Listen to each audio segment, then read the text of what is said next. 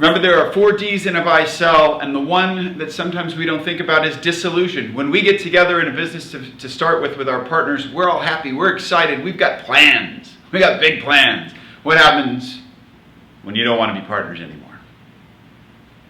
That is the 4th D in the 4 Ds, and it's called dissolution. If we don't want to be in business anymore, how do we dissolve the business and just get out of this and move on? And the way that it works is, once again, we have an agreement, a contractual agreement. There's no insurance or anything like this, and this is a buy-sell agreement. You're going to either find it in your operating agreement if you're an LLC. You might find it as a standalone agreement if not. And what you've got is you've got both partners agreeing to a process on how you're going to buy each other out. And there's a couple of pointers that I want to just make sure that we talk about. The first one is, how do we value the business? You don't want to set up a separate valuation where you can go and find appraisers and do all that stuff. That can get really messy and really costly and really expensive. What you do want to do is you want to use a formulaic valuation. I like 3 to 5 times earnings plus net equity.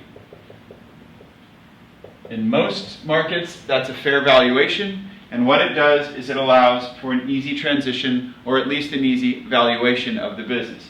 The next thing that you need to think about is your payout terms. How are we going to pay them out? Payout terms, again, we've talked about this before. I like a 10-year payout at prime interest rate. And what that does is, again, allows for the business to cash flow. It allows for a fair valuation over a fair period of time with a fair interest rate for the leaving shareholder, for the one that's leaving. Third is, you need to figure out the triggers. What are the triggers that are allowed to actually make these two things happen? I just want out.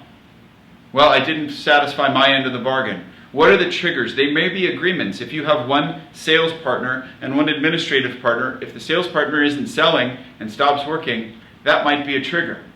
Common triggers are just things like, I just want out. I just changed my mind, my life changed, I want out. And so you have things like in here a right of first refusal, where I want out, I'll either buy your interest or you have the right to buy my interest for the same price.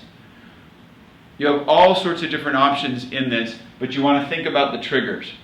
The most important thing that you want to do with any of this stuff, because at this point dissolution can get pretty complicated based on your business, is you want to have that 4th D, dissolution, identified in the agreement, and you want to talk about how you're going to solve those problems if they come up and you no longer want to be partners with the person who you now think is the greatest person on the planet.